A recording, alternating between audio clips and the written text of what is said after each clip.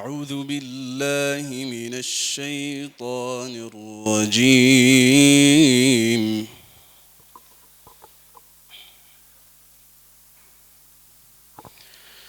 واضرب لهم مثل الحياة الدنيا كماء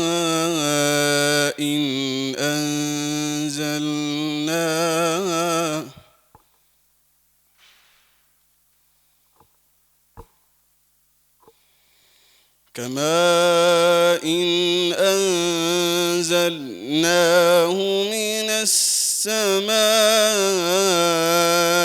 فاختلط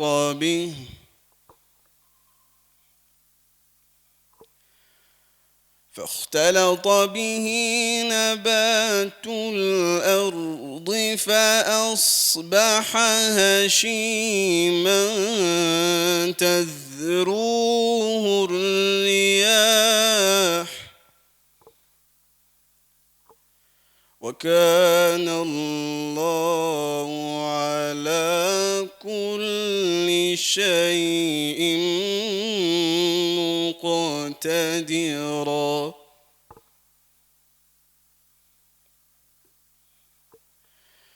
المال والبنون زينة الحياة الدنيا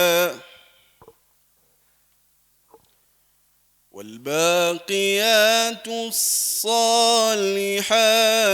خير عند ربك ثوابا وخير أملا. ويوم نسير الجبال وترى الأرض بارزة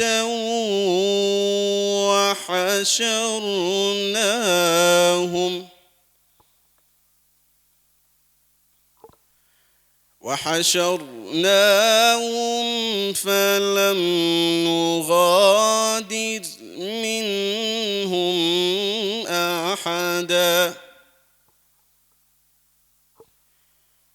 وعرضوا على ربك صفا لقد جئتمونا كما خلقناكم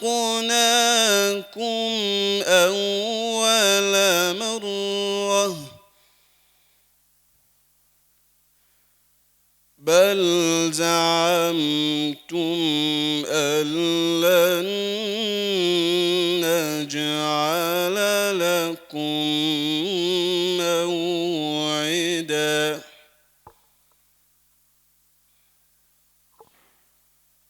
ووضع الكتاب فترى المجرمين مشفقين مما فيه ويقولون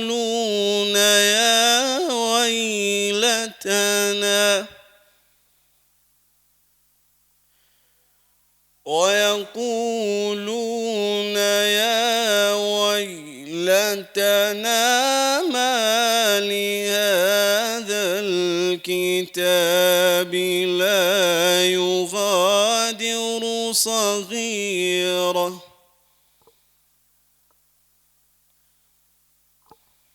ما لهذا الكتاب لا يغادر صغيرة ولا كبيرة إلا أحصاها ووجدوا ما عملوا حاضرا ولا يظلم ربك أحدا. صدق الله العظيم.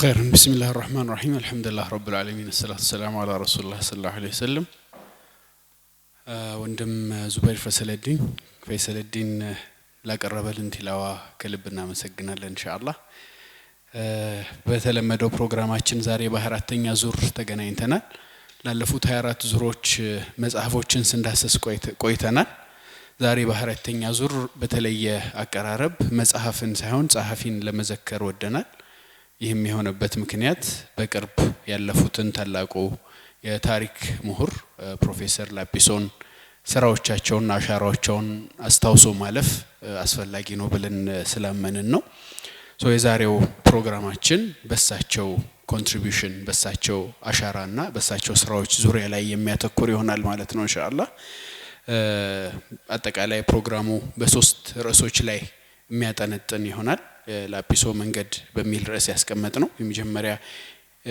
ለማወዳደሪያ እንዲሆነን ዘንድ ለሚዛን እንዲሆነን ዘንድ የኢትዮጵያ አውራው ወይ ሜንስትሪም የታሪክ እይታ ምን ይመስላል የሚለውን በማየት እንጀምራለን ቀጥሎ የኢትዮጵያ ታሪክ በፕሮፌሰር ላጲሶ አይን ወይ የፕሮፌሰር ላጲሶ አሻራ ምን ነበር በኢትዮጵያ ታሪክ ውስጥ ምንድነው ያመጡት ኮንትሪቢዩት ያደረጉት ነገር የሚለውን እናያለን በሶስተኛም እንደዚሁ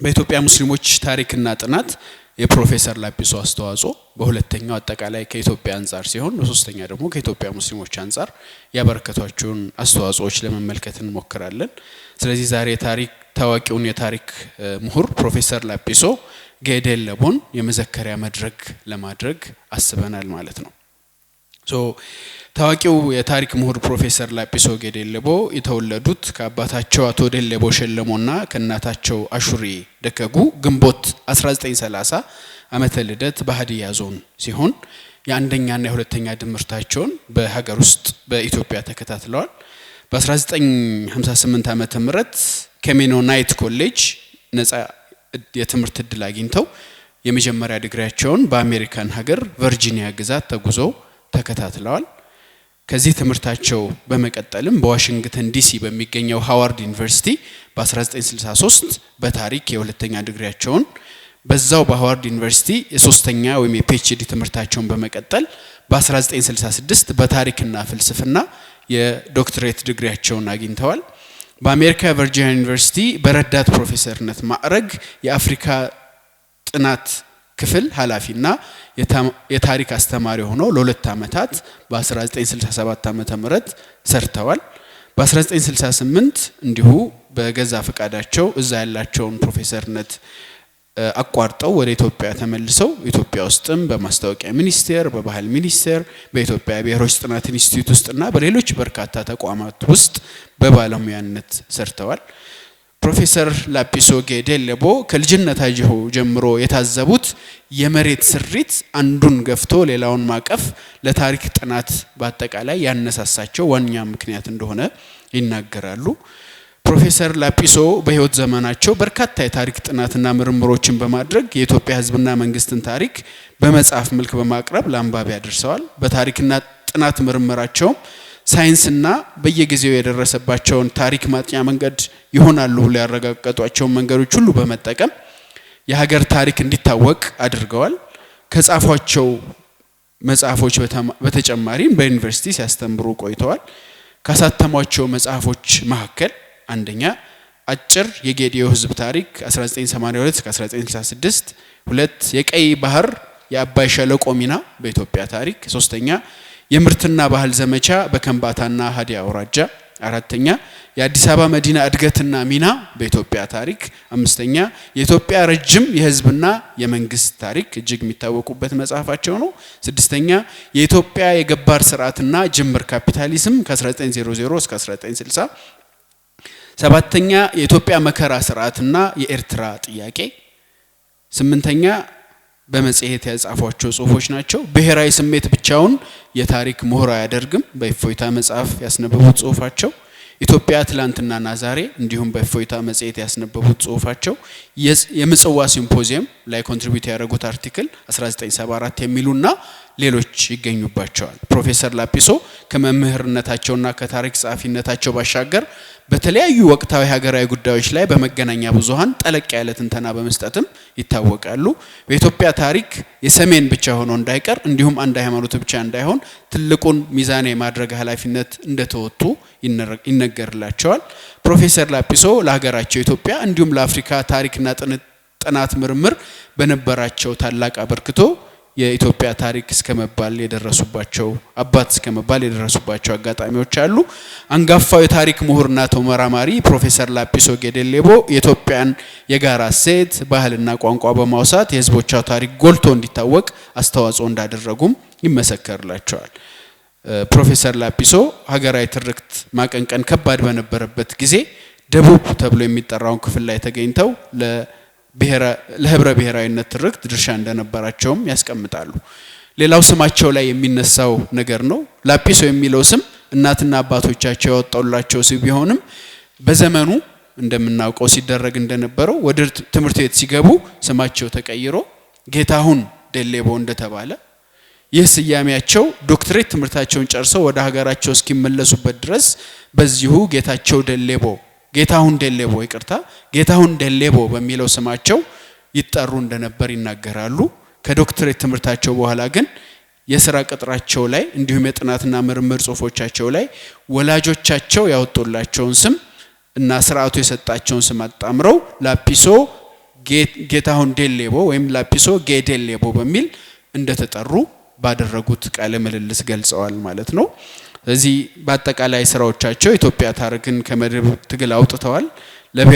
ለህብረ ብሔራዊ ትርክት ትልቅ ድርሻ እንደነበራቸው ታሪክን የሁሉም በማድረጋቸው ኢትዮጵያ ታሪክ የሁሉም ካልሆነ የማንም አይሆንም በሚለው ንግግራቸው በጣም ይታወቃሉ። ዛሬ የምንዘክረው የእሳቸውን ስራ ይሆናል ማለት ነው። ይሄን ፕሮግራም ያዘጋጀልን ሙስሊም ተማሪዎች ሊግ ነው። የሁልጊዜ ሚዲያ አጋራችን ሚንበር ቲቪ ነው። ዋሊያንም ቦታውን እንድንጠቀም ስለፈቀደልን ከልብ እናመሰግናለን። በዚሁ ቀጥታ መሄደው ወደ መጀመሪያው አቅራቢ ይሆናል። የላጲሶ መንገድ የኢትዮጵያ አውራው ወይም ሜንስትሪክ ታሪክ ምን ይመስላል ምንድነው የሚለውን በጽንሰ ሐሳብ ደረጃ የሚያቀርቡልን አቶ ሁሴን ባድሼ ይሆናሉ።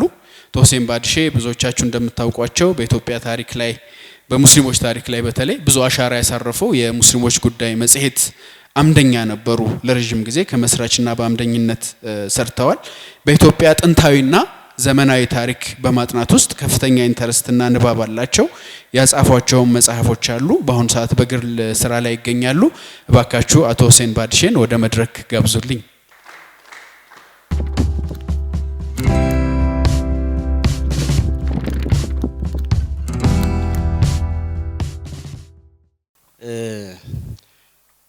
ሽክራን እኔ የማወራው የኢትዮጵያ አውራይ ታሪክ እይታ የሚለው ላይ ነውና ስለዚህ ስለ ላጲሶ አይደለም የማወራው ማለት ነው።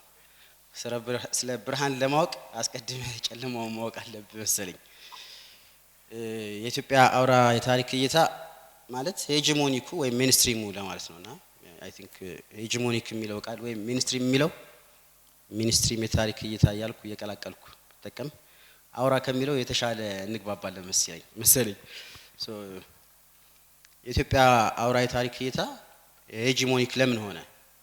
ቀላሉ መልስ ስቴት ስፖንሰርድ ስለነበር ነው። ብዙ ዝርዝር አያስፈልገውም። ለምንድነው ስቴት ስፖንሰርድ የሆነው? አንድ ፕሮጀክት ሰርቭ የሚያደርግ ለፕሮጀክት ዲዛይን የተደረገ ስለነበር ነው ማለት ነውና የኢትዮጵያ ዶሚናንት ሂስቶሪዮግራፊ ኒውትራል የሆነ ስኮላርሺፕ እንዳልነበረ ሁላችንም ወይም ሁሉንም ሰው ምን የሚል ነገር የሚያግባባ ነገር ነውና ሂስቶሪዮግራፊ ኒውትራል ስኮላርሺፕ ሳይሆን አንድ የሆነ የፖለቲካ ኦር የአይዲዮሎጂ ፕሮጀክትን ለማስረጽ እና ለማስፈጸም ሲያገለግል የነበረ የአይዲዮሎጂ አርም ነው ማለት እንችላልና ይሄ ፕሮጀክት ሁለት ዋነኛ ፒላሮች አሉት። አንደኛው ፓወር ሴንትራላይዝ ለሚያደርጉት ነገስታት ወይም ዳይናስቲዎቹ የማይነወጥ ዘላለማዊ ማረጋገጫ መስጠት ነው። ሁለተኛ የማይመስለውም ወይ የማይመስለን የሚሉትን ህዝብ አሲሚሌት ለማድረግ ካልሆነ ደግሞ ሶሻል ሃይራርኪ ፈጥሮ ሁለት አይነት ዜጋ የመፍጠር ፕሮጀክት ነውና ስለዚህ የኢትዮጵያን እና ኢትዮጵያዊነትን ኮንስትራክት የሚያደርግበት የራሱ መንገድ አለው። ይሄ የኢትዮጵያ ዶሚናንት ሂስትሪ የኢትዮጵያ ዶሚናንት ታሪክ እይታ ማለት ነው። አንደኛው ነገር ምንድነው? ሲንጉላር የሆነ ወይም ነጠላ የሆነ ባህል መፍጠር። እኛ ኢትዮጵያ ውስጥ ዳይቨርሲቲ ብዝሃነት ምናምን የምንለው ነገር ፎርጌት አድርጎ አንደኛ ኢትዮጵያ አንድ የሆነ ባህል ያለው ሀገር ማድረግ ነው። ሁለተኛው ነገር አንድ ሰው ሙሉ ኢትዮጵያዊ የሚሆነው ሴሜቲክ ቋንቋ ተናጋሪ ነው፣ ክርስቲያን ነው እና ክርስቲያን ሃይላንደር ነው።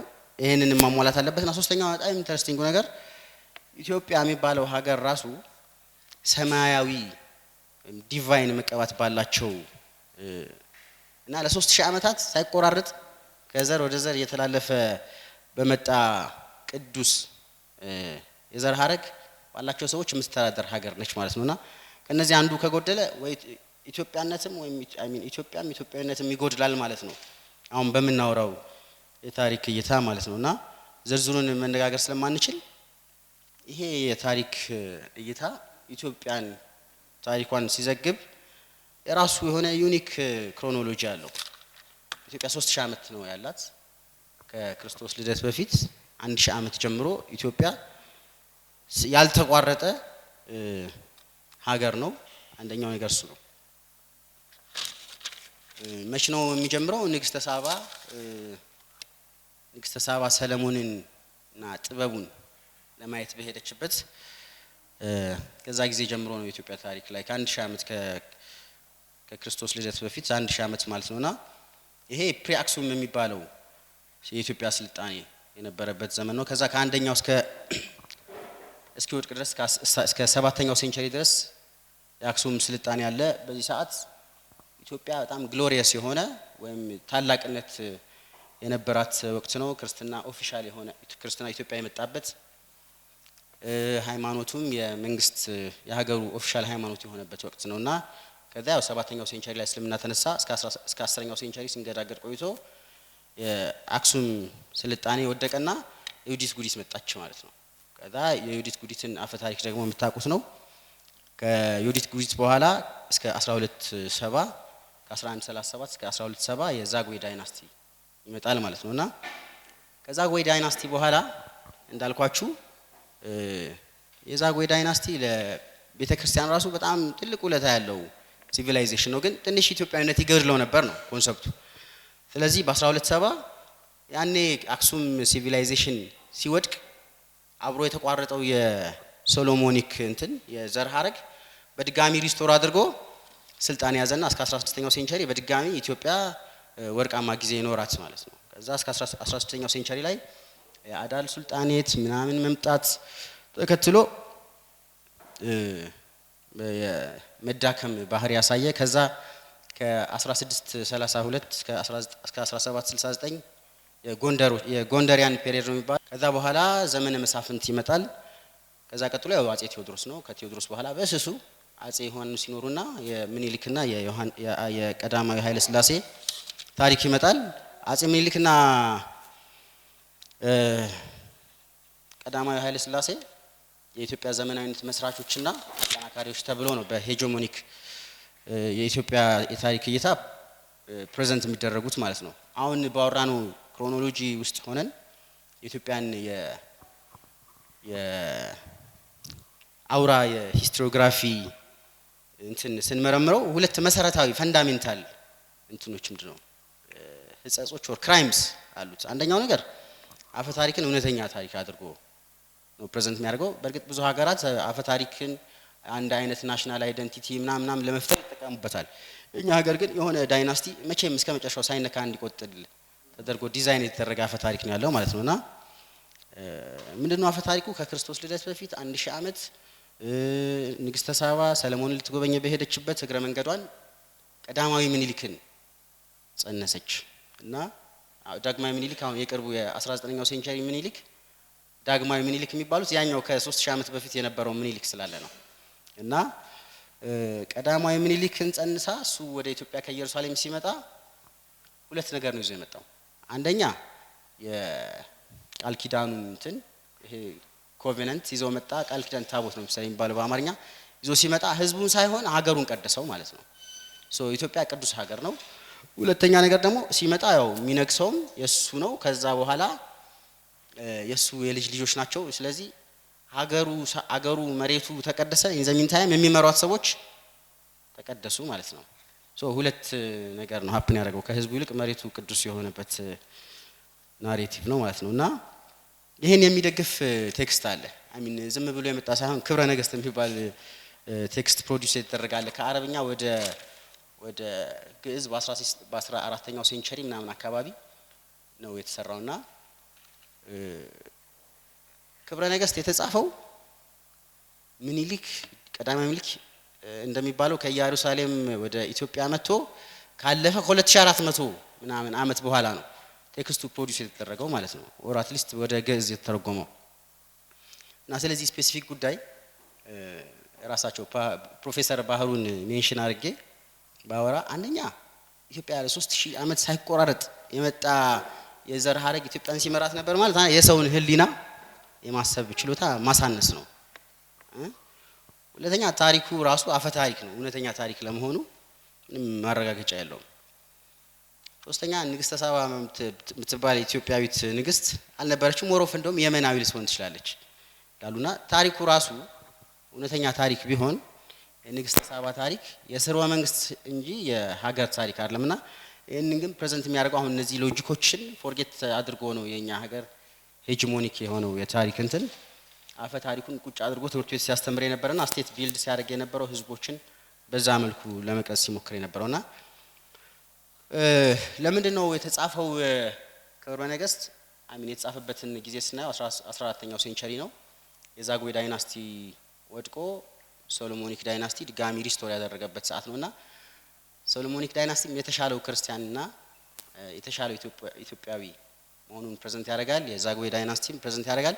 ስለዚህ ከሁለቱ የተሻለው የሰለሞን ደም ያለው መሆን አለበት አይደል? ስለዚህ እና አምደ ጽዮን እቺን አመጡ ማለት ነው። እቺን ቴክስት አመጡና ክብረ ነገስት ከዛ በኋላ ነው ይሄም ታሪኩን በጣም እየገነነ መወራት የጀመረው። ሁለተኛው ህጸጽ ኦር ክራይም ልንለው እንችላለን። የታሪክ አጻጻፍ ክራይም አሁን ከመጀመሪያው ጀምሮ ስለ ፕሪ አክሱም አውርተን ከዛ አክሱም ምናምን ስለ ከመጀመሪያ እስከ መጨረሻ የሀገር ታሪክ ሳይሆን የዳይናስቲን ታሪክ ነው የሀገር ታሪክ አድርጎ የሚያቀርበው። ዞሮ ስኮላርሺፕ ሳይሆን ፓወር ሴንትራላይዝ ለማድረግና ህዝቡን አንድ አይነት የቋንቋ የእምነት ከረጢት ውስጥ የመክተት ፕሮጀክት ስለሆነ ማይሳይድ የሚላቸውን በጣም የሚያገንበት በጣም ዩኒክ መንገዶች አሉትና ዘአዘርስ ደግሞ የሚባል ኢትዮጵያ ያለ ዘአዘርስን ደግሞ የሚሰርዝበት ሪዲዩስ የሚያደርግበት መንገዶች አሉትና አንደኛ ታሪኩን ስታዩት ከላይ ስተታች ታሪኩ የሚያጠነጥነውበት ጂኦግራፊ የኢትዮጵያ አንድ የሆነ ጂኦግራፊ ነው። አንድ የታሪክ አንድ አካባቢ ነው። ሰሜን ምናምን ጎንደር አሁን ስላዩ ላስታ እዛ አካባቢ ነው የሚያደርገው። ሳውዙን ምናምን ፎርጌት ያደረገ ነው። ጂኦግራፊው በሰሜን ዙሪያ ነው የሚኖረው ማለት ነው። ሁለተኛ ወርቃማ ተብሎ በኢትዮጵያ ሄጂሞኒክ ታሪክ የተመዘገቡት የሶሎሞኒክ ዳይናስቲው የተሻለ ፐርፎርም ሲያደርግ የነበር የተሻለ በሌሎቹ አካባቢዎች ላይ ቁጥጥር የነበረውን ሰዓት ነው። ለምሳሌ በኢትዮጵያ ታሪክ ከ7ኛው እስከ 12ኛው ሴንቸሪ አይ ቲንክ እሱ አካባቢ በሙሉ የጨለማ ዘመን ነው የሚባለው። እና ለምንድነው የጨለማ ዘመን የሚባለው? በዛ ዘመን ውስጥ ከ7ኛው ሴንቸሪ ጀምሮ የአክሱም ሲቪላይዜሽን እየወደቀ እየደከመ ከዛ የዛጉዌ ዳይናስቲ ምናምን የተፈጠረበት ሰዓት ነው። የሶሎሞኒክ ዳይናስቲ እና የሱ ምንድነው ምርጥ የነበረው ጊዜ አይደለም። ግን በደንብ ኢትዮጵያን ስናይ አንደኛ የተለያዩ እስላማዊ ሱልጣኔቶች የተመሰረቱበት እስልምናም ኢትዮጵያ ውስጥ የመጣበት እና ረጃጅም የንግድ ሩቶች ግብጽ፣ ቻይና፣ ህንድ የሄዱ የሚነግዱበት ወቅት ነበረ። ሁለተኛ የአገው ስልጣኔ የነበረበት ነው። የአገው ስልጣኔ ማለት ያው የዛጉዌ ስልጣኔ ነው። የአገው ስልጣኔ የነበረበት ሰዓት ኢትዮጵያ ውስጥ የጨለማ ዘመን ልትሉ አትችልም ክርስቲያን ሆነህ ራሱ ታስበው። ቢኮዝ ላሊበላን የመሰለ በጣም የሚገራርም የአርኪቴክቸር ፒስ እንኳን ያስቀምጠው የዛጉዌ ዳይናስቲ ነው። ግን የዛጉዌ ዳይናስቲ ችግሩ ምንድነው? ቅድም ያልኩት ጋር ነው የምንመለሰው። ሴሜቲክ አይደለም ኩሽቲክ ቋንቋ ተናጋሪ ህዝብ መሆኑ ነው። ስቲል እሱ ራሱ እንትን ይባላል ማለት ነው። ጨለማ ይባላል ማለት ነው። ሌላው የሃርላ የከተማ እድገት የታየበት ሰዓት ነው። የሃርላ ማለት ድሬዳዋ፣ ሀረር ምናምን ላቸው ታሪካዊ ቦታዎችም አሉ። በጣም ትልቅ የከተማ ግንባታ የነበረበት ሰዓት ነው። ደቡብ የኢትዮጵያ አካባቢ የራሱን ፖሊቲክስ ያቋቋመ ራሱን ሲያስተዳድርና ሲቪል ሆኖ ሲቀጥል የነበረበት ሰዓት ነውና በልማት አይነስና ኢትዮጵያ ውስጥ ሰፊ የሆነ የግብርና እድገት የታየበት ሰዓት ነውና ይሄ ታሪክ ግን ፕሬዘንት ሲደረግ በሄጂሞኒክ ወይም ደግሞ አውራ በመንለው የታሪክ አረዳድና ፕሬዘንቴሽን ጨለማ ነው ማለት ነው የሁሉ ነገሮች እንዳሉና ስለዚህ ምን ብለን እንደመደብ እንችላለን ያ ሰዓት ለተወሰነው የኢትዮጵያ አካባቢ ወይም ደግሞ ለሰሜን ለሶሎሞኒክ ዳይናስቲው እንጂ ሌላው አካባቢ ጨለማ አልነበረም ብለን እንትልን እንችላለን። ሶስተኛው ነገር ማለት ኢትዮጵያ ማለት የሄጂሞኒክ ሂስትሪው እንዴት ነው የሚያያት የሆነ የፓወር ፕሮጀክት መሆኗን ኮንሲደር አድርገን ኢትዮጵያዊነትን ዲፋይን የሚያደርግበት መንገድ በጣም ጠባብና ትንሽ ስለሆነ አብዛኛው ኢትዮጵያዊ ከኢትዮጵያ ዜግነት ውጪ ነው የሚሆነውና ክርስቲያን ያልሆኑ ስልጣኔዎችን በዚህ ምክንያት ክርስቲያን ያልሆኑ ሲቪላይዜሽኖችን በሙሉ እንዳልተፈጠሩ ነው የሚዘላቸውና ግድ ከሆነ እነሱን ዘለ የራስህን ታሪክ ማውራት ማትችል ከሆነ ወይ ሬዲዩስ አድርገ ወይ ጥላሽት ተቀብተ ፕሬዘንት ተደረጋለህ ማለት ነውና ለምሳሌ ያው በእስልምና ኮንቴክስት ነው የምናየውና እስልምና ኢትዮጵያ ውስጥ አንደኛ መስራች ሃይማኖት ነው አገር የመሰረተ የሚባል ሃይማኖት ነው because ሀገሩ አለ ህዝቡ ኦሬዲ ኔቲቭ ነው አስተሳሰቡ ነው የመጣው ስለዚህ ኢትዮጵያውያን አስተሳሰቡን ክርስትና የተባለው አስተሳሰብ እስልምና የተባለው አስተሳሰብ መሰረቱ መርጅድ ሆነን ኢትዮጵያ የሚባል ሀገር ተፈጥሮ ሊሆን ይችላል ስለዚህ አንደኛ እስልምና ራሱ የኢትዮጵያ ፋውንዴሽናል እንትን ነው መስራቹ እነዚህ ሁሉ ግን ፎርጌት ይደረጋሉ ማለት ፕሬዘንት አይደረጉም 10ም 13ም የእስልምና ስልጣኔ ኢስላሚክ ኪንግደም ሱልጣኔቶች መኖራቸው ብዙ እንትን አይደለም አይ ሚን ወርዝ ሜንሽኒንግ ነገር አይደለም ማለት ነው አራተኛው ዲስትራክቲቭ የሆነ ኢሜጅ ነው የሚሰጠው የሆኑ ብሔረሰቦች ከሆነ ቦታ መተው ኢትዮጵያን እንዳጠቁ ኦር ደግሞ የሆነ የውጪ ኤክስተርናል ፓወር ስፖንሰር ያደረገው ኢትዮጵያን የሚወጋ ግን ስቲል ኢትዮጵያዊ ነኝ ብሎ ክሌም የሚያደርግ ሰው ያለበት የታሪክ አረዳድ ነው የሚሆን ለምሳሌ አሁን አህመድ ግራኝን ልትል ትችላለህ ኢማም አህመድን ዮዲት ጉዲትን ልትል ትችላለህ ኦፍ ኮርስ ስለ ዮዲት ጉዲት በታሪክ ሳይንሳዊ መንገድ ልታወራው አትችልም አፈ ታሪክም ቢሆን ዮዲት ጉዲት ፕሬዘንት የተደረገችበት መንገድ ስታዩት ብዙ ዝርዝር ውስጥ ሳትገቡ ከርቀት በቃ የሴትዮዋን የነን ሴሜቲክ ኦር ነን ክርስቲያን ነን ሰሜናዊ እንደሆነች መገመት ትችላላችሁ በዛ መልኩ ግን አሁን ፕሬዘንት የሚደረጉበት መንገድ በማየት አካባቢያቸው መገመት ይችላል ሌላው ኢትዮጵያ በጣም አብዛኛው ፓርት ጂኦግራፊ ውስጣዊ ትሪያንጉላር ነው ኢትዮጵያ በጂኦግራፊ ስፋት ደቡቡ ሰፊ ነው ከታች ለጥጥ ያለ አካባቢ ነው ማለት ነው ያ ሁሉ ጂኦግራፊ ነው ፎርጌት የተደረገውና ደቡብ ሲባል ከፋ ስልጣኔ ያለ ሲዳማ ምናምን ሌሎችም የራሳቸው ሲቪላይዜሽን ነበራቸውና ሜንሽን ራሱ አይደረጉም በቃ ዝም ብሎ ጃምፕ ነው የሚደረጉት ስድስተኛ ይሄ ሎላንድ የሚባል ደግሞ አካባቢ አለ ኢትዮጵያ ውስጥ እሱን ትንሽ ኢትዮጵያዊነት እንደሚጎሉ አድርጎ ጉሙዙን በተረትም ሊሆን ይችላል በነገራችን ላይ ታሪክ ስንል ቴክስት ቡክ ተደርጎ የሚቀርብልህ ብቻ ሳይሆን በሚኒስትሪ ሚዲያው ኦር ደግሞ ስቴቱ ስፖንሰር በሚያደርጋቸው የኪነ ጥበብ ምናምን ዘርፎች ፕሬዘንት የሚደረግበት መንገድ ነው ሀገር ለመስራት ሙከራ የሚደረግበት ነገር ስለሆነና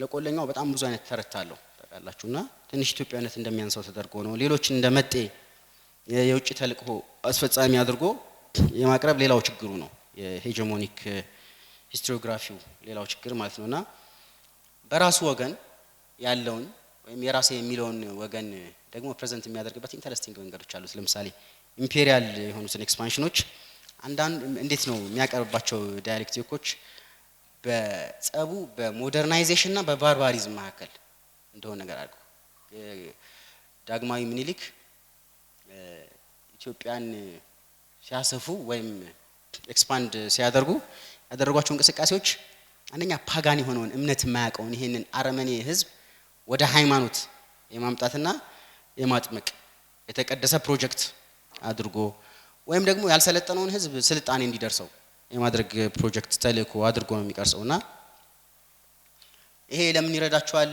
እነዚህ የታሪክ ጸሐፊዎችን ታሪካዊ ብለን እኛ የምናስባቸውን ታሪካዊ በደሎች እንትን ለማለት ኤክስኪዩዞች ይኖሩታል ማለት ነው። ማለት አንተ ተበድያለሁ ብለህ ፕሬዘንት ልታደርግ ትችላለህ ወይም ታሪካዊ ፋክቶች ልታቀርብ ትችላለህ ግን ኖ ኢንቴንሽኑ ግን የሳቸው ሞደርናይዝ አደረጉ ሱሪ ያለበስ ነህ ትባል ትችላለህ ማለት ነው። ሶ እንደዚህ ኤክስኪዩዞችን ለመፍጠር የተመቸ ነው ማለት ነው። እና በዚህ መንገድ በተለይ እስከ 1974 የታሪክ ጸሐፊዎች አሉት አርዝም ያለው የታሪክ ጸሐፊዎች ታሪክ የሚጽፉ ሰዎች አሉት። የተወሰኑትን ለመጥቀስ እንዳልኳችሁ ስኪል ኦር ደግሞ ኒውትራል የሆነ ስኮላርሺፕ አይደለም የኛ ሀገር የሄጀሞኒክ የታሪኩ አቀራረብና ለምሳሌ አለቃ ታዬን መጥቀስ እንችላለን። ፕሮፌሰር ላጲሶ አለቃ ታዬ በዚህ የታሪክ መንገድ ብዙ ጽሁፍ ያበረከቱ ሰው ናቸውና አለቃ ታዬ ጽሁፎች ሳይንሳዊ መንገድ ስንገመግማቸው ተረት ብቻ ናቸው ይላሉ እና ታሪኩን ግን ዲዛይን ያደረጉት አርኪቴክቶች አንዱ እና አለቃ ታዬን የመሰሉ የታሪክ ትምህርት ላይ ዝግጅት የሌላቸው ያው ዲፕሎማቲክ በሆነ ቋንቋ ፕሬዘንት ስለሚደረግ ሊሆን ይችላል በአገር ፍቅር ስሜት ተነሳስተው ነው ታሪክ የጻፉት እና ግን የጻፉት ተረት ነው። ሌላው በጣም በትልቁ የሚጠቀሱት ተክለ ጻዲቅ መኩሪያ ናቸው። ተክለ ጻዲቅ መኩሪያ አንድ ሰው ቀጥ ብሎ ቢቆም መጽሐፎቹ በጣም ትልቅ ከመሆናቸው የተነሳ ከሰው ቁመት በላይ የሆነ ቮሉም ያላቸው መጽሐፍ ጽፈዋል 700 ገጽ 600 ገጽ ምናምን ሁሉም በጣም ትልቁ የተክለ ሐዋርያት መኩሪያ ተክለ ጻዲቅ መኩሪያ መጽሐፍ 900 ገጽ ነው እና ገና ከመጀመሪያው ርዕሱ የግራኝ ወረራ ነው የሚለው እና ማለት ልክ የሆረር ፊልም ሲዲ ገዝተህ ቤት ስትሄድ ስከፍተው ምን ልታይ እንደምትችል ገምተህ ነው የምትሄደው ማለት ነው። በዛ መልኩ ነው ፕሬዘንት የሚደረገውና የሚያሳዝነው ነገር ይሄንን የታሪክ እንትን ሂስቶሪዮሎጂ ወይም የታሪክ ፕሬዘንት የተደረገበት መንገድ ናሬቲቭ በሃያኛው ክፍለ ዘመንም ከዛ በፊትም ከዛ በኋላ የሚመጡ ፈረንጆችም እንዳለ ነው ተቀብለው እሱን ነው ያስቀጠሉት። ብዙ የታሪክ አጥኚዎች መጥተዋል ኢትዮጵያ ውስጥ እሱን ነው ያስቀጠሉት። ለምሳሌ ያው ከእስልምና ሳይድ ሆነን ስናየው ትልቅ ስራ ሰርቷል የሚባለው ትሪሚንግሃም ነው ኢስላሚክ ኢትዮጵያ የሚለው መጽሐፉ ላይ ፕሬዘንት ሲያደርግ ብዙ የተሻለ ነገር አለን ፕሬዘንት ያደርገው እስልምና ኢትዮጵያ ውስጥ ልክ እንደ ባዳ ነገር እንደ ፎሬን ነገር አድርጎ ነው ፕሬዘንት የሚያደርገው። ከክርስቲያኑ ማህበረሰብ አንጻር ሲታይ ሙስሊሙ ሶሳይቲ ዳይናሚዝም የሚያንሰው እና ለክርስቲያኑ ዶሚናንስ ሪአክት እያደረገ ሲኖር እንደነበረ ነው ማለት እኛ አሁን የምንላቸው የኢፋት ሱልጣኔት አዳል ወላስማ ምናምን ዘይላ የምንላቸው ሱልጣኔቶች እነሱ ሱልጣኔቶች ፎርጌት ተደርገው እንደ አንድ ዝም ብሎ ክርስቲያኑ በመጣ ቁጥር ሪአክት ሲያደርግ እንደነበረ ኃይል ነው የሚያደርገውና ብቸኛው ሮማንቲሳይዝ የሚያደርገው ሲቪላይዜሽን ትሪሚንግሃም ራሱ ሀረር ነውና ሀረርን ሮማንቲሳይዝ ሲያደርገው ግን ከኢትዮጵያ ውጭ አድርጎ ነው እሱ ራሱ ፕሬዘንት ሮማንቲሳይዝ የሚያደርገው ማለት ነው። የኢትዮጵያ አካል ለማድረግ ይቸግራል። ለምን አሁን እስልምና ሳይፈልጉ የግድ ታሪክ ውስጥ ልታስገባው የምትችለው ነው ፖፑሌሽኑም ጂኦግራፊው ምናምንና ሲገባ የግዴታ ከክርስቲያኑ ጋር ወይም ደግሞ ከዋናው ኢትዮጵያ ከጄኒውን ኢትዮጵያ ጋር እየተዋጋ ነው ታሪክ ሆኖ የሚመጣውና ሌላው አካል ፎርጌተብል ነው። ስለዚህ ይሄንን እንደምሳሌ ያቀርብኩት እንጂ ሌሎቹም በዚህ መልኩ ነው የተቀረውን የኢትዮጵያ ክፍል ደቡቡን ምናምን ፕሬዘንት ሲያደርጉ የነበረው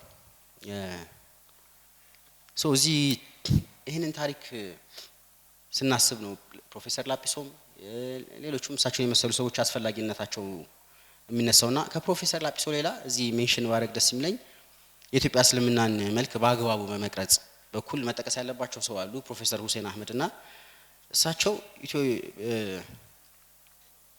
ኢትዮጵያ እስልምናና ሙስሊሞችን በተመለከተ መታረም ያለበት ትርክት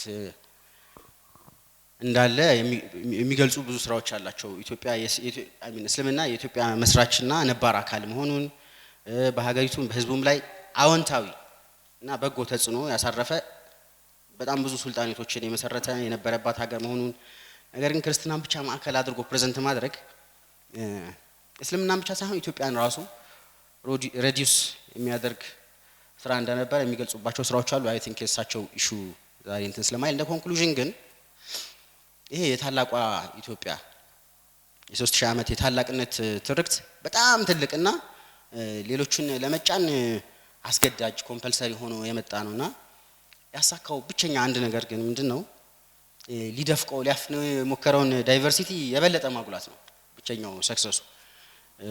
እንደውም የሱ ተቃራኒ ሆኖ ማውራት የተሻለ ሲቪላይዝድ የሚመስልባቸው ወቅቶች ተፈጥሮ ነበር አይ ቲንክ አሁንም እንደዛ አሉና የተወሰኑ ምሁራን ይሄን የሄጂሞኒክ ሂስቶሪዮግራፊ መሰረታዊ ዝንፈት ለማረም ሰርተዋል አንዱ ፕሮፌሰር ላጲሶ ናቸው መሐመድ ሐሰንን ከኦሮሚያ እና ከኦሮሞ አንግል ልናያቸው እንችላለን ፕሮፌሰር መሐመድ ሐሰን ፕሮፌሰር ሁሴን አህመድ ከእስልምና አንፃር ሌሎቹን ማንሳት ይችላልና ሌላው እዚህ ባናነሳውም ሄጂሞኒክ የሆነ አይ ሚን ይሄ 3000 ዓመቱን ታሪክ ምልከታ እየተገዳደረ ያለ ደግሞ ኢትዮጵያ 100 ዓመት ታሪክ ነው ያላት የሚል ደግሞ ሌላም እይታ አለና በ1960ዎቹ ገደማ የተንሰራፋ ይሄ የሌፍቲስቶቹ ፖለቲከኞች የሚያቀነቅኑትና እነዚህ በዋናነት ቀደም እንዳልኳችሁ ይሄ ሄጂሞኒክ የሆነ የ3000 ዓመት የኢትዮጵያ የታላቅነት ትርክት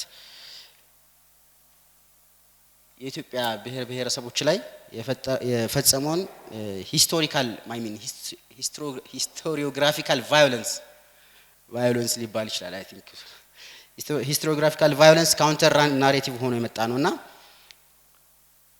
በሃይማኖት ረገድ እስልምናን ወክሎ የሚቀርብ ናሬቲቭ ብዙም የለም ስለዚህ ሙስሊም ሆነ ስታስበው ቀኝ ዘመሞች በሚያቀርቡት የ3000 ዓመት ታሪክና ግራ ዘመሞች በሚያቀርቡት የ100 ዓመት ታሪክ መሃል የመምረጥ እንትን ያለው የቤት ስራ መወሰድ ያለበት ይመስለኛል አይኖ የኢትዮጵያ እስልምና በጣም ብዙ አሳይመንቶች አሉበት ግን መሰራት ካለበት አሳይመንቶች መካከል አንዱ ይመስለኛል ቴንክ ዩ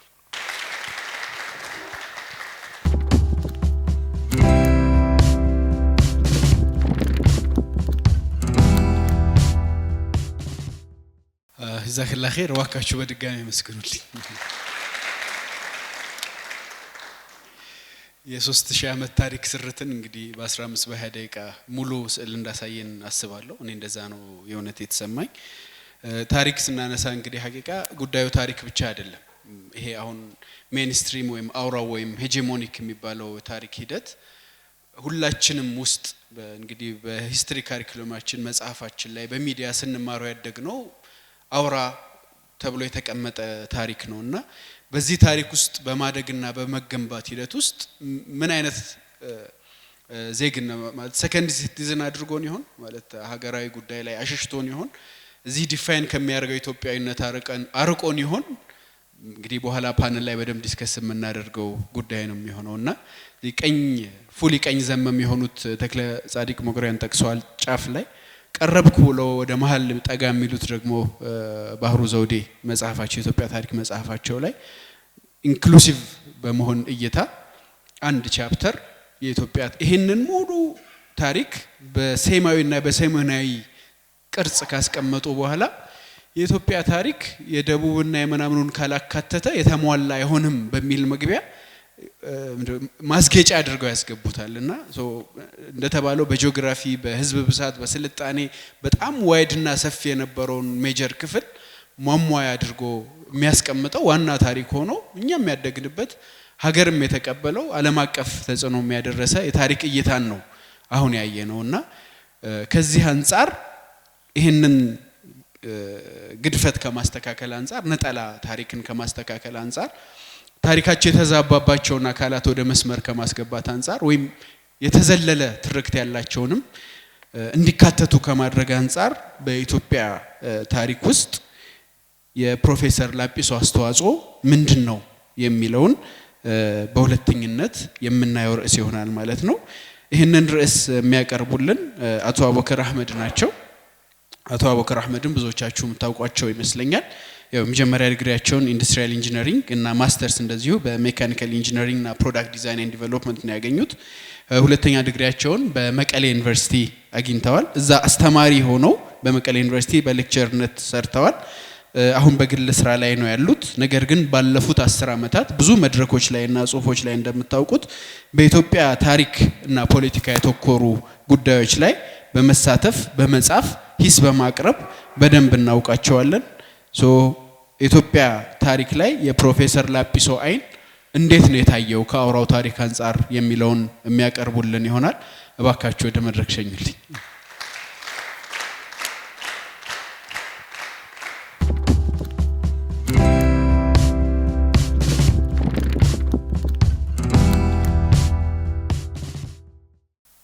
እንዴት በምን አቅጣጫ እንደማወራ ባላቅም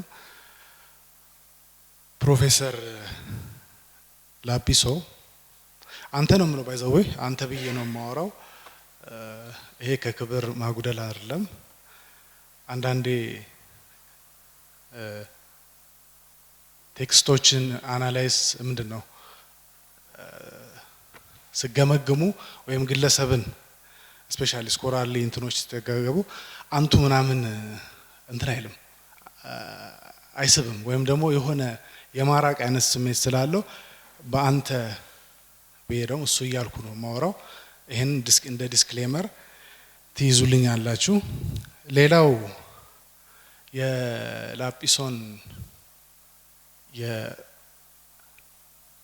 የታሪክ ዘገባ መገምገም ከባድ የሚያደርገው ሁለት ነገር አለው አንደኛው he's a professional historian ስለሆነ እንደ ፕሮፌሽናል ሂስቶሪያን እንገምግመው ብለን ስንነሳ አካዳሚክ ፔፐሮችን ነው ማየት የሚገባን ፖፑላር ሂስቶሪያን ነው ህዝብ ታሪኬ ብሎ ነው የሚያወራው ህዝብ ታሪኬ ብሎ የሚያወራውን ታሪክ የነገረ ያቀረበ በሚገባው ቋንቋ በአገሬው ቋንቋ ያቀረበ ምሁር ብለን ስናወጣ የምንገመግመው በአገርኛ ቋንቋ የጻፋቸው መጽሐፎች ነው በሁለቱ መካከል እሱን የሚተቹትም የሚደግፉትም ምሁራኖች አንዱ ጋር የቀላቀሉ ይቸገራሉ የሚያስቸግርም ሰው ነው ላጲሶ ከዚህ አንፃር በዚህ ኮንቴክስት ማወራው እንደ ፐብሊክ ሂስቶሪያን አክት ያደረገበትን መንገድ ነገር ግን በሁለቱ መካከል ሲዋልል ያለባቸው የታየበትን አንዳንድ ነጥቦች ነው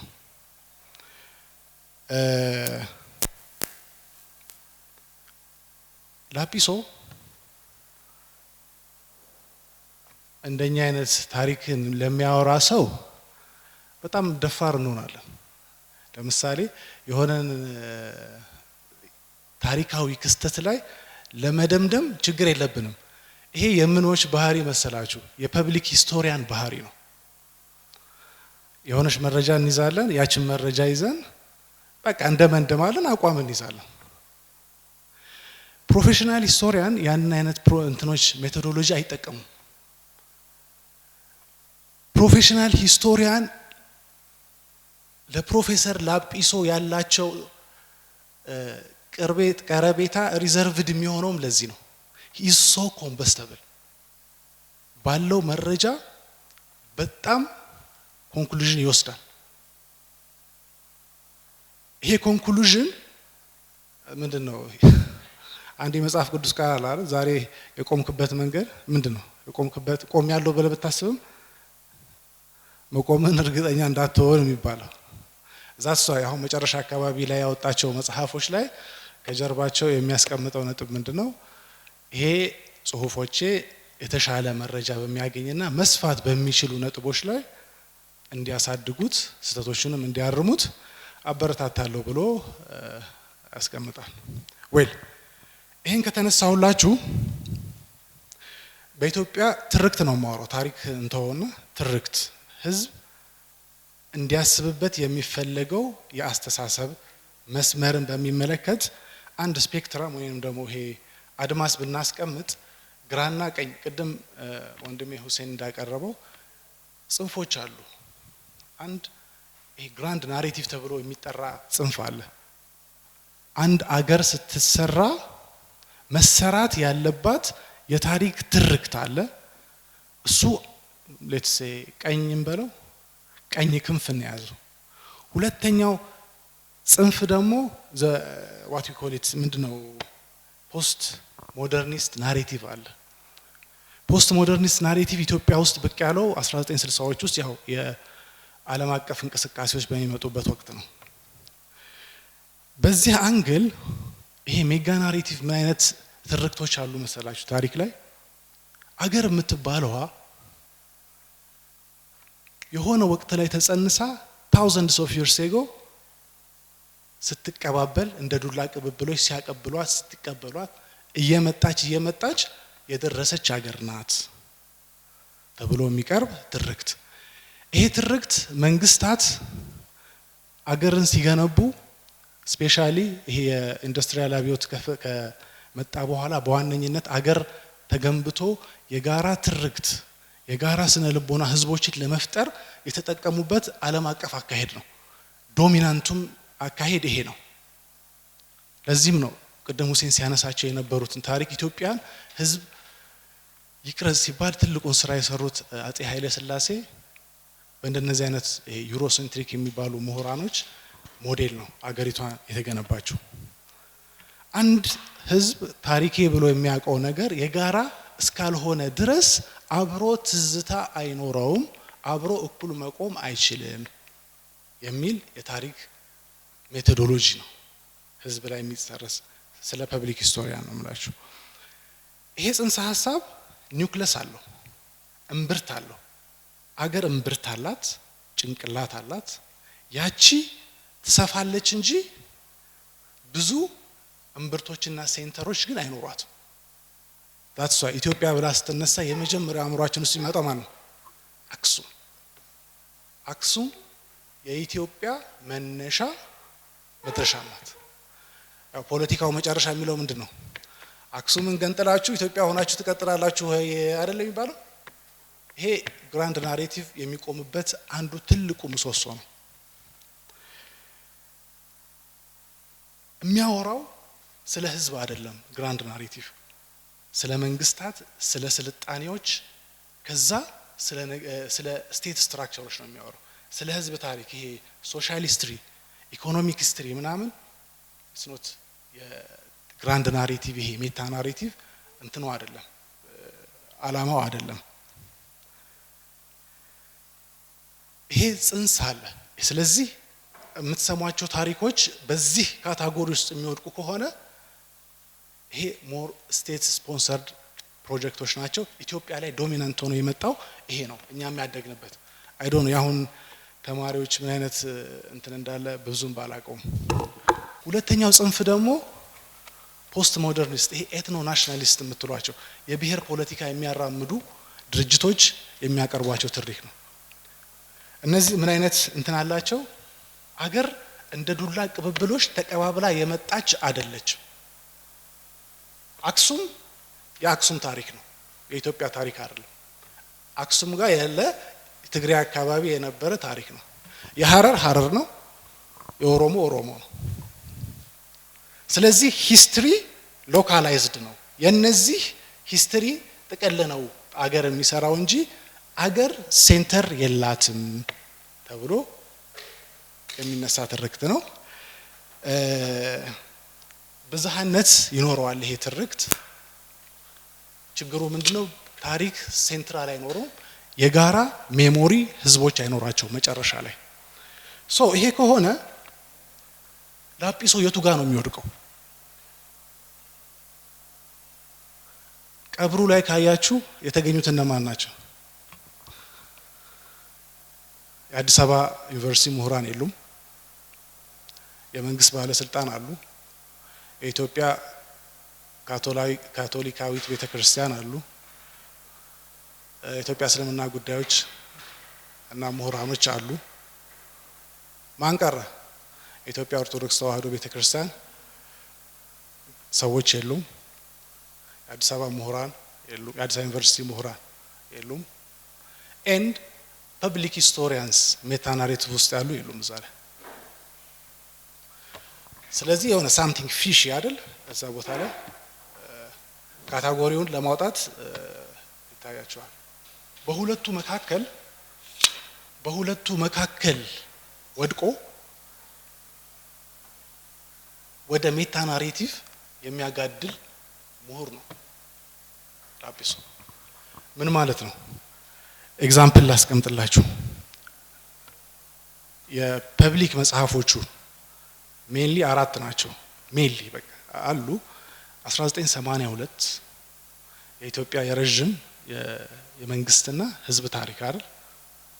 ከዛ ቀይ ባህር እያደረገ 1999 ላይ ያቆመው የኢትዮጵያ ታሪክ መሰረታዊያን የሚል መጽሐፍ። እነዚህ 4 መጽሐፍ ናቸው። ወደ 2 ኮንቨርት ማድረግ ይችላሉ ሜል ሲታዩና ትርክቱ ሲጀምር ቅድም ሁሴኖ ሲያነሳው የነበረው የግራኝ መረራ እንደምትሉት የላጲሶ ርዕሱን ስታዩት ሲምፕሊ ካታጎራይዝ ይደረጋል የቱ ጋር ፌል እንደሚያደርግ የኢትዮጵያ ህዝቦች የረጅምና መንግስትና ህዝቦች የረጅም ፎከስ የሚያደርገው ኦልዌይስ ኮንቲኒቲ ላይ ነው ኢትዮጵያ የሺ ዘመናት ታሪክ ውጤት ናት ኢትዮጵያ thousands of years በሉሲም ጊዜ ነበረች ዛሬም አለች ስለዚህ የሚያመጣቸው ታሪኮች ይሄ ምንድነው የሚባለው የጀርባ አጥንቱ አለ ሜታ ናሬቲቭ ነው ከዛ ውስጥ ሙሉ ለሙሉ ግን ሜታ ናሬቲስት ይሄ ሴንትሪስት የሚባሉት ምሁራኖች የሚያቀርቡትን ልክ የጉራጌ የስልጤ የሙስሊም ብናችሁ የሆነ ሾሸቅ አይደለም የሚያደርገው በደንብ ለመክተት ይሞክራል ግን ፈንዳሜንታል ፕሮብሌሙ ምንድነው ዋናው ግንዱን እስከያዛችሁ ድረስ ለማስጠጋጋት በመትሞክሩበት ጊዜ ሜቶዶሎጂካል ፕሮብሌም ይመጣል ይሄ ሜቶዶሎጂካል ፕሮብሌሙን ነው ደግሞ እነዚህ ምሁራኖች የማይዋጥላቸው ሪስፔክት ያደርጉታል ነገር ግን ገጥመህ አይገጥምልህም ወይ ሙሉ ለሙሉ ዲሴንትራላይዝ አድርገህ እስካልተነሳ ብዙ ሴንተሮች እንዳሉት በትክክል ያሳየ ግለሰብ ነው የኢትዮጵያ የታሪክ ትርክቱስ ኢትዮጵያ ግንድ ቢኖራትም ሴንተሯ ግን ሪቮልቭ የሚያደርግ እንደነበር አክሱም እንደነበረው ጎንደር እንደነበረው በኢማም አህመድ ጊዜ ደግሞ የት ነበር ይላል ሐረር ነበር በቃ ሴንተሯ ሽፍት አድርጓል ነው ሜታ ናሬቲስቶች ያንን አይቀበሉትም በዛ ወቅት የነበረው ንጉስን ማን ነው ልብነ ድንግልን ነው አክሴፕት የሚያደርጉት እሱ ግን ልብነ ድንግል he is a defeated one so the center has shifted to the muslims እንደዚህ ሽፍት ያደርጋል እሱ ያደርጋል ግን ያችን እንትኖች አይለቅም መስመሩን የሚለቅ ምሁር አልነበረም ሌላ ምናልባት አላቅም ያሁን ዘመን ልጆች ብዙም እኔ ላጲሶ ምንድነው የሚያካብዱት ብለው እንትን ሊሉ ይችላሉ ከኛ ጄኔሬሽን በኋላ የመጣው ይሄ የሆነበት ምክንያት ምንድነው በእኛ እድሜ አይ ቲንክ ሃይ ስኩል 1990 ውስጥ የነበረ ወይ ደግሞ 2000 መጀመሪያ አካባቢ የነበረ ትምህርት ቤት በሚማርበት ጊዜ አገሩን በታሪክ ትምህርት ውስጥ አያገኛት ማንነቱን ሲማራ ያገኘው እንደ እንግዳነት ስሜት ይሰማ ነበር ይሄንን ዲፌንድ የሚያደርግላችሁ ፐብሊክ ምሁርም አልነበረም እና የሱ መምጣት ዝይለኛል ሀሮማ ዩኒቨርሲቲ ማስተማር በጀመረበት ጊዜ ላይ ሁሉም ዩኒቨርሲቲዎች ላይ የሱን እንትን አለ ምንድነው ምንድነው ቴክስት ነው የሚባለው ቴክስት አለው የሚያስተምርበት ሁሉም ዩኒቨርሲቲዎች ላይ ኮፒ ተደርጎ ይዞር ነበር ከኦሮሞ ውጪ ያለው ሰው ስለ ኦሮሞ ጥሩ የሚያወራለት ኢንስቲትዩሽን ውስጥ ሲወራ ሲሰማ ግሎሪው እንትኑ ክብሩ ይጨምራል ሙስሊሙ አንተ ግራኝ ምናምን ተብሎ ያ ማለት ሲባል ስለምናቀው እንደዛ ስትባል ተከብሮ ኢንተርፕሬት ተደርጎ ሲነገር መስማት በጣም የሚሰጠው አፕሊፍት ቀላል አይደለም ባይዘው ዛስ ለኛ ትልቅ ትርጉም የነበረው ግለሰብ ነው ዛሬ ላይ ምናልባት ስልክ ደውላችሁ ሆነ ፕሮብሌም ኢንተርፕሬቴሽን ፕሮብሌም ቢኖር የምታማክሩት ብዙ ሰው ልታገኙ ትችላላችሁ ትናንት ግን እንደዛ አልነበረም ለዛ ነው ትልቅ ባለውለታ የሆነው ላጲሶ እና በዚህ የምሁራን ሰርክል ሆኖ ሙስሊም ሳይሆን አካዳሚሻን ሆኖ ፐብሊክ ሂስቶሪያንነት ኢማም አህመድን ዲፌንድ በማድረግ የወጣ ከሱ የቀደመ ማንንም አልነበረም እና ተክለ ጻዲቅ መኩሪያ ሁሴን ያነሳው 900 ምናምን ፔጅ ጽፈዋል የጻፉት ግን የዋናት ዚያድ ባሬ ምንድነው አጎፈላ ነው የሚባለው በጣም የሶማሊያ ሪደንቲዝም በጣም ጨምሮ ኢትዮጵያን ክሌም ለማድረግ በሚንደረደርበት ሰዓት ላይ የኢትዮጵያን ህዝብ ማሰባሰብ የሚያስፈልግበት ትርክት ያስፈልግ ነበር ኃይለ ሥላሴ ኦርደር ያደረጉት እሳቸው ኢሚዲየትሊ ያ ታሪክ ተጽፎ ጠላት እየመጣ እንደሆነና ያንን ሜሞሪ ህዝቡ ላይ ቀስቅሶ ሬዲ እንዲሆን ነው። ያንን ማታረጉ ዛሬ የሚደረግ ጉዳይ ስለሆነ ያንን ስታደርጉ ህዝቡ አንድ ኤክስተርናል ኤነሚ እየመጣና ያ ኤነሚ ደግሞ ኢኩቫለንት ቱ ማነው ትልቅ ኢትዮጵያ የምትባለው ላይ ጥፋት ያደረሰ ኃይል ጋር ኢኩቫለንት ነው የሚለው ሜንታሊቲ እንዲሳል የተደረገ ፕሮጀክት ነው። ያ ማህበረሰብ የቀረጸ መጽሐፍን በምሁር ደረጃ እንደዚህ ማድረጉ ኢትዋዝ በጣም ትልቅ ስራ ነበር። ስለዚህ ብዝሃነትን የሚቀበል ሜታ ናሬቲስት ነው እንትና ፕሮፌሰር ላጲሶ። ይህን ሲያደርግ ግን ለምን አደረገው? ሪሊ ያምናልስ ወይንስ ድራይቭ የሚያደርጉት ነገሮች ነበሩ? ሜኒ ሊኖሩ ይችላሉ። ላጲሶን የዛሬ 6 ዓመት ለአንድ ፕሮግራም ወደ 3 ሰዓት ኢንተርቪው ለማድረግ እድል አግኝቼ ነበር እና ግልጽ መንግስት ቢቀያየር ስርዓት ቢቀያየር የማይለቀው ነገር ኦልዌይስ ምንድነው? ታሪኩን ኢትዮጵያ አንድ እንድትሆንለት የሚያደርገው ስራ ነው። አንዳንዴ ዲናይ ሊያደርጋችሁ ይችላል ሂስቶሪካል ፋክቶችን። የአይነት አፕሮች አለው። ያ ማለት ይሄ ለኢትዮጵያ ጥብቅና የቆመና ኢትዮጵያ ጥብቅናውን ደግሞ የሚያረጋግጠው ሁሉንም ፓርቲሲፓቶሪ እንደሆነ ለማሳየት በሚሄድበት ርቀት ነው። ከሱ ጋር እነ ታደሰ ታምራት እነ ፕሮፌሰር መርዕድ ወልደአረጋይ እነ ባህሩ ዘውዴ አንጻር የሚቀመጥበት እንትን አለ፣ ፖዚሽን አለ። እነዚህ አዲስ አበባ ምሁራን ናቸው። የአዲስ አበባ ዩኒቨርሲቲ ምሁራን ናቸው። ኤሊቶች ናቸው። ኤሊትነታቸው ደግሞ የትምህርት መሰረታቸው ስፔሻሊ እነ ታደሰ ታምራት እነ መርዕድ ወልደአረጋይ እነ ማናቸው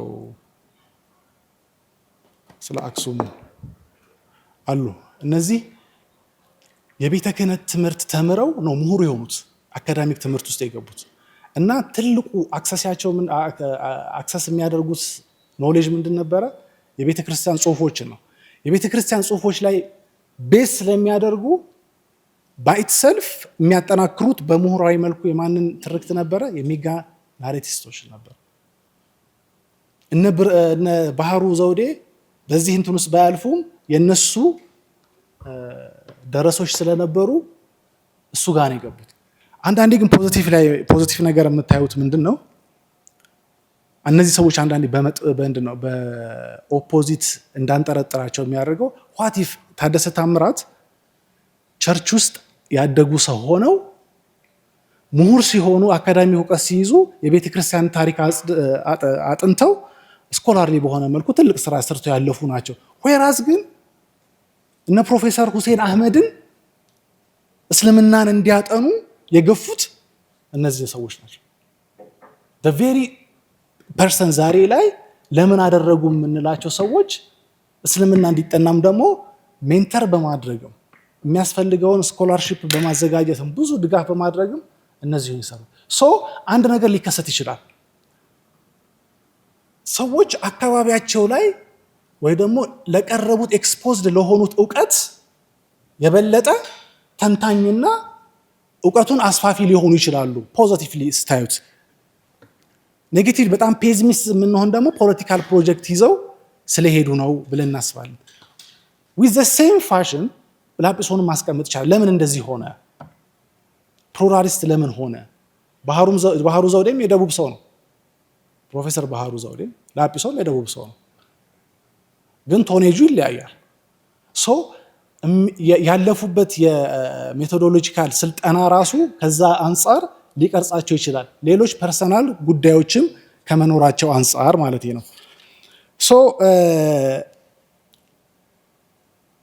ላጲሶ እነዚህን ሁሉ ሰብስቦ ይሄ የተገፋን የሚሉትን ፔሪፌሪ ሂስትሪ ነው ያለን የዳር ሀገር ህዝቦች ነን ብለው የሚያስቡትን አውራው ግንድ ላይ ለመለጠፍ የሞከረ ትልቅ ስራ ሲሰራ የነበረ ፐብሊክ ሂስቶሪያን ነው፣ አካዳሚ ፕሮፌሽናል ሂስቶሪያን ነው።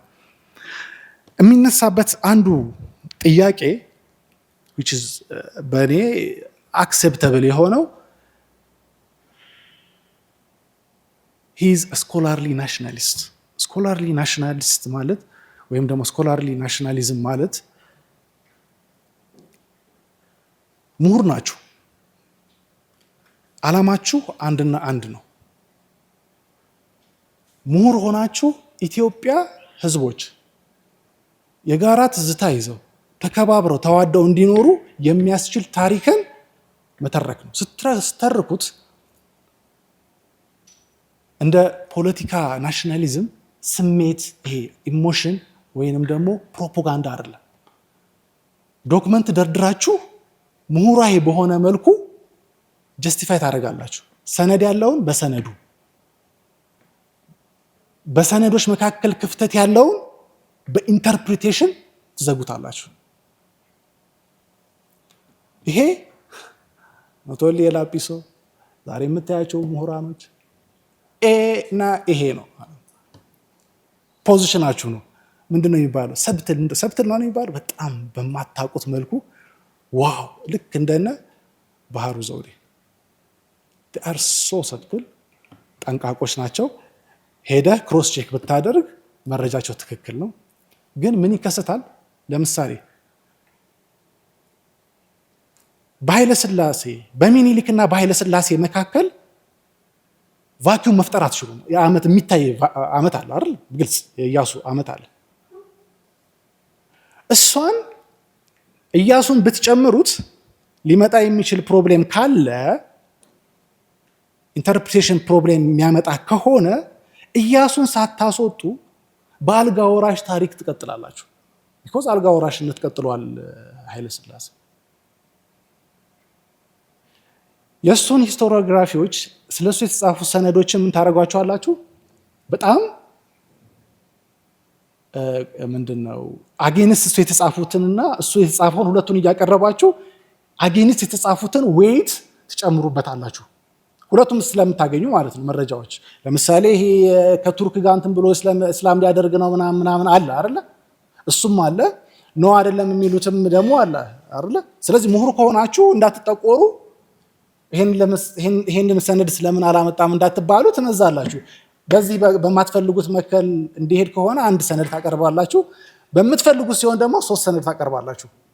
ከዛ አንተ 3 ሰነድ የቀረበልህን ጉዳይ ከአንድ ሰነድ ጋር አንተ ምሁር ሆነህም ቼክ ስታደርግ ወይት ምን ታደርገዋለህ? ትሰጠዋለህ። እሷ እንትናም ጎበዝ ነው በዚህ ፕሮፌሰር ባህሩ ዘውዴ እንደዚህ አድርጎ የሚሄድ ምሁር ነው። ማን? ፕሮፌሰር ላጲሶ። የእሱ ግን ዓላማ ምንድነው? ፕሉራሊስት ኢትዮጵያን ሁሉም የኔ ነው ብሎ እንዲቀበላት የሚያደርግ ነው። በዛው እንትኑ ላይ አሁን ስለ ኤርትራ ጉዳይ ላይ በጣም 1974 አንድ አርቲክል አለው ዩኒቨርሲቲ ኦፍ ሚቺጋን ነው የኤርትራ ይሄ ምንድነው የኤርትራን ጥያቄ ምን ያህል ሂስቶሪካሊ ሲወርድ ሲዋረድ የመጣ እንደሆነ ያስቀምጣል። በጣም ደስ በሚል ሁኔታ ነው የሚያደርገው። ግን መጨረሻ ቁጭት እንዲፈጠርባቸው ነው የሚያደርገው። ማለት ሳምበዲ ሳናቅ እንዲወሰድብን እንዳደረገ እና የኔ ነው ተብሎ ለምሳሌ የትኛውም ኤትኒክ ግሩፕ የትኛውም ፖለቲካል ግሩፕ ላጲሶ የኔ ነው እንዳይል የሚያደርገው የሆነ ወቅት ላይ ያመልጣችኋል። ማለት ሙሉ ለሙሉ የናንተ እንዳይሆን። ለምሳሌ ኦሮሞ ናሽናሊስቶች በጣም ይወዱት ነበረ ፕሮፌሰር ላጲሶ። ግን እንዳልኳችሁ የመጨረሻ ግቡ ኢትዮጵያ ኮንቲኒቲ እንዳላትና የተሰሩት ስራዎች ደግሞ ያንን ኮንቲኒቲ የሚያደናቅፉ ሳይሆን አንዳንድ ስራዎች ለምሳሌ አሉ እርስ በርስ ሲዋጉና ኮንቲኒቲውን ሊያሳጡ የሚችሉ እንቅስቃሴዎችን ምንድነው አይ ብሎ በምንድነው የሚያልፋቸው? በሆነ ወቅት ላይ የተደረገ ረብሻ ነው ብሎ ጃምፕ ያደርገዋል። ሰዎች ለመብታቸው ስርዓቱን አንፈልግም ብለው የተዋጉትን ውጊያ እሱ ያሳንሰዋል። ግዴታ ሆና ኦልሬዲ ያንን ፕሮጀክት አደረጋችሁ። የኦሮሞ ማይግሬሽንን ጥሩ ነው ኢትዮጵያውያንና ከኢትዮጵያ ውስጥ የተደረገ ማይግሬሽን እርስ በርስ ፍልሰት ነው ብሎ አክሴፕት አድርጋችሁ ስትቀርቡት እዚህ ጋር ደግሞ ምን ይማራቸዋል? ሚኒሊክን የሰራውን ወደ ሳውዘርን ያለውን ኤክስፓንሽን ጀስቲፋይ ያደርግላችሁ። ስለዚህ ይዛችሁ አትይዙትም። ሄዳችሁ እናንተ ግራኝ አህመድን ወይ ደግሞ ኢማም አህመድን አሞገሰ ብላችሁ ምናምን ብትሄዱ ሀረር ላይ የተሰራውን ግፍ ሊነግራችሁ ይችላል። ግን ቀደም ሁሴን ሲያቀርበው እንደነበረው ኢስ ፓርት ኦፍ ኔሽን ቢልዲንግ።